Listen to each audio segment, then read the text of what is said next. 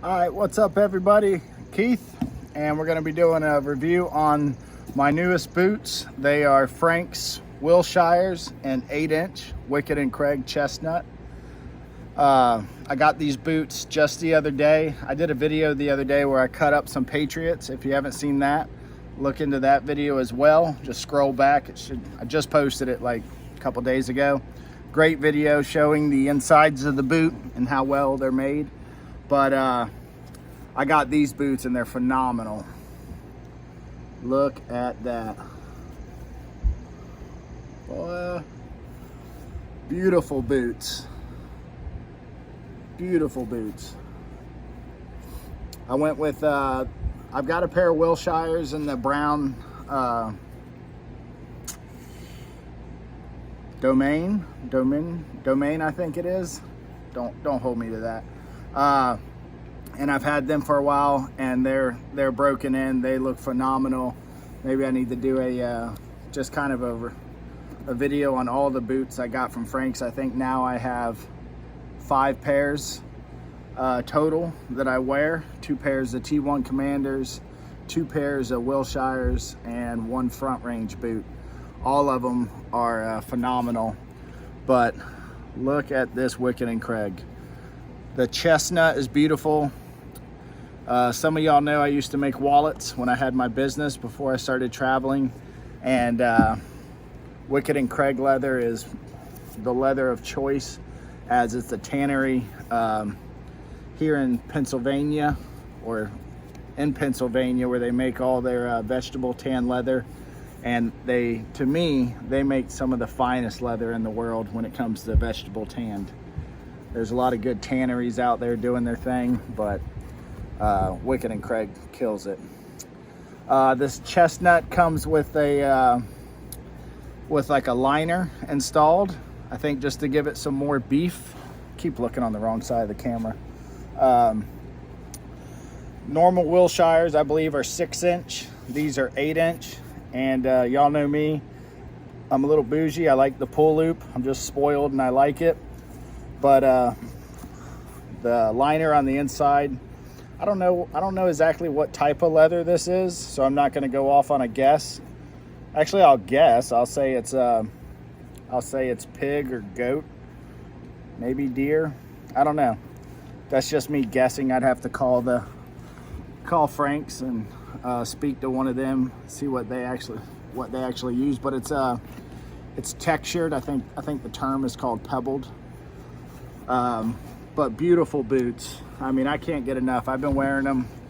I think I've had them now 3 days, and I laced them up that night. I slid my foot into them. I got that perfect fit, you know, like when you drop a pistol into a well-molded holster or a Kydex holster, you know, when your heel drops through there, it just kind of pops. That's what I got going on here. But let me see if we can get a close-up on that. Look how good that looks. Phenomenal. Phenomenal. I decided to go with a heavier Vibram sole. I wanted something. When I got my first Wilshires, they're casual boots. I wear them out, kind of just like date night boots, whatnot. And they've got a little bit more casual sole. I knew when I wanted to get these, I wanted something that could still be dressy, but still look like, you know, a good boot in the same sense, if that makes any sense. Natural dressings here in the heel stack. Natural on I think that's the midsole. Forgive me if my lingo's off. Heavy duty thread. I mean, this has got to be like 477 thread. They rocked double stitching through there. Every stitch is in place. First thing I always do when I bring out a new pair of boots is I just look over at the craftsmanship, and I just kind of try to find something, you know, that I can try to pick them apart in some way. But I mean, the stitching is just beautiful all the way around. The people down there at Frank's are truly skilled. This chestnut is going to patina phenomenally. I mean, I can't wait to see it patina. You can see a little bit. I doubt the camera will even pick it up. A little bit right there. Just in a couple days of me wearing it, the corner of this leather starting to show a little darker patina. But I know in like 6-8 months, when these things are 100% broken in, past broken in, that they are going to look phenomenal. And that's the beauty of lighter leathers with me. I actually just got my first pair of black boots and insulated T1 Commanders, and they're phenomenal. They're a great boot. But I've always been drawn to lighter color leathers just because you get the boot, obviously it looks brand new, it's clean, it's nice and fresh, and then in a year from now, this boot's going to look completely different, and I'll try my best to keep y'all updated on the patina progress and the break-in. But it's gonna get this nice dark shine to it, and it's just gonna be a jam up looking boot. Like, we can kind of get a little bit of an idea. I know it's minute, but bear with me, guys. I've only had them like 3 days, 2 days on my feet, maybe 3 days. I might have 5-6 hours in these boots. I say it all the time to people, you know, when you first get your Franks, if you're first time to handmade boots or Pacific Northwest boots, PNW, it took me a while to realize what that meant. When you first put them on, you're like, these ain't that comfortable, you know? And they actually are comfortable. It's just that this leather has never been bent before, you know? This ankle has never been twisted, you know? Like, so the first thing I normally do when I put on a fresh pair of Franks, I lace them up, and I lace them up tight to the point where I'm slightly uncomfortable. And then I pop a squat and I roll my knees forward and I flex these toes. I flex this ankle pivot point here that's naturally gonna break in this area and all this, just so I can start breaking up the fibers in this leather, because that's realistically what you're doing when you're breaking in boots. You're stretching the fibers in the leather and figuring out those natural crease points of your feet. And that's what I do. And then, you know, there's always different ways to lace them up. If you're getting too much of a hot spot right here, you can 3-1-2 or 2-1-3 method. It's all over the internet. You can look that up. I personally don't do it. I lace them up tight. I wear them. Brand new leather laces will stretch. So if you plan on wearing them all day and they start to feel funny during the day, it's either the boot is stretching with you or your laces have stretched and you've got a little bit more slack in places where you didn't earlier in the morning. That's my personal experience. You don't have to listen to that at all. But what I do is I just take the time, a couple hours into the day, and I relace my boots. If I am getting too much hot spot in one area, maybe I'll slack off right before the first speed hook, and I'll loosen that up a little bit. But this is my first pair of Wickett and Craig boots from Frank's. I've been eyeballing them since they first decided to use Wickett and Craig as a tannery. I was super stoked when they went with Wickett and Craig, because like I said, I had my leather business, I was making wallets, and Wickett and Craig is the only leather that I felt comfortable selling to people. You know, I took pride in having an American ran business, and I wanted American made quality with American leather, and that's what Wickett and Craig still offers to this day. So I'm a huge supporter in them. I can't promote their leather enough, and the fact that Frank's went with them is just beautiful. And I want to try to let me try to find some like wide open sunshine on here, because they've got a color to them. Let me see where I can get this.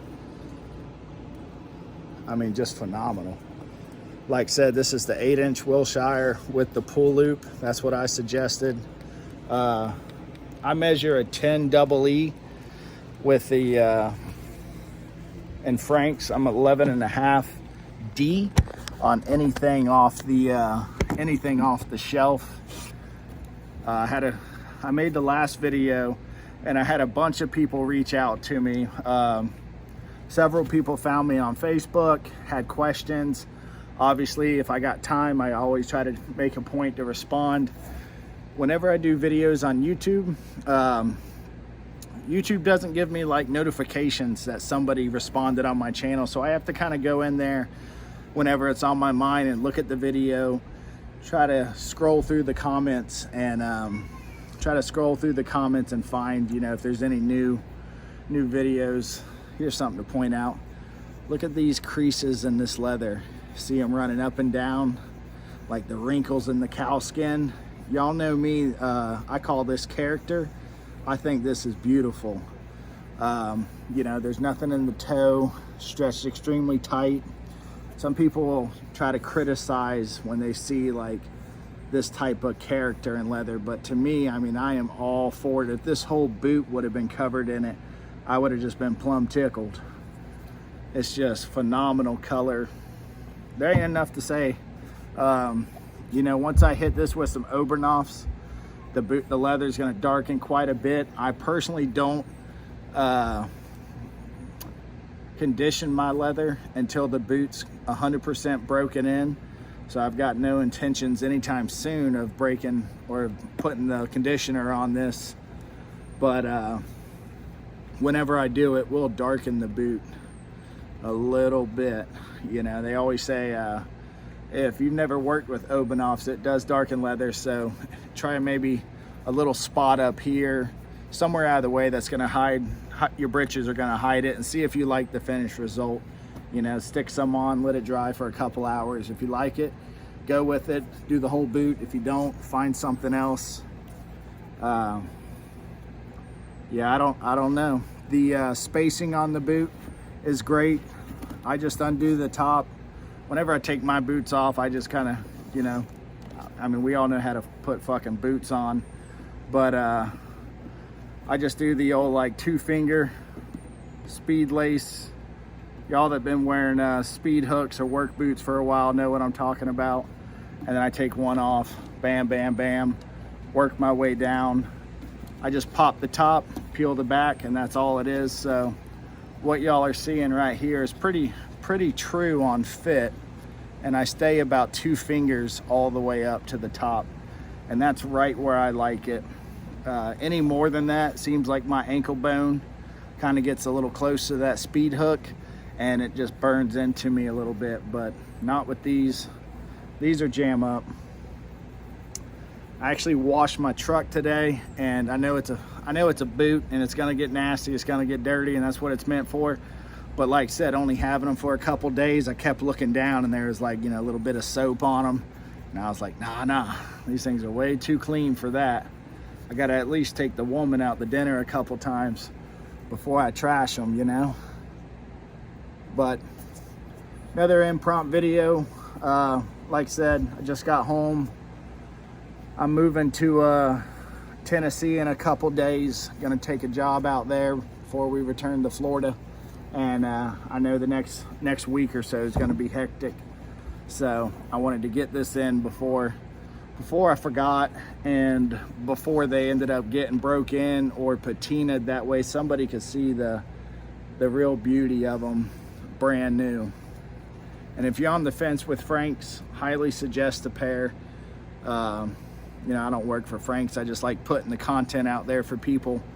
And then if you got questions, there is a Facebook group, like a community group that Frank's has, and you can look it up. Forgive me for not having that, but it's like Frank's Boot Community. Don't hold me to that. You got to look it up. It's easy to find.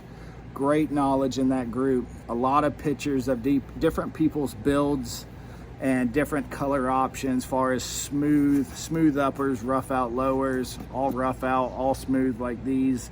But there's a lot of options for people on the fence. And if you got any questions, the people in there in that community are great. There's no hassling, there's no shaming, you know, just guys and gals looking for topics or ideas on boots that they want to join or want to order. And it's just good energy in there. But like I said, people, thank y'all for taking the time. If you made it through the whole video, like the video if you want, subscribe if you do. If you don't, I don't care. Either way, have a good day. Thank y'all.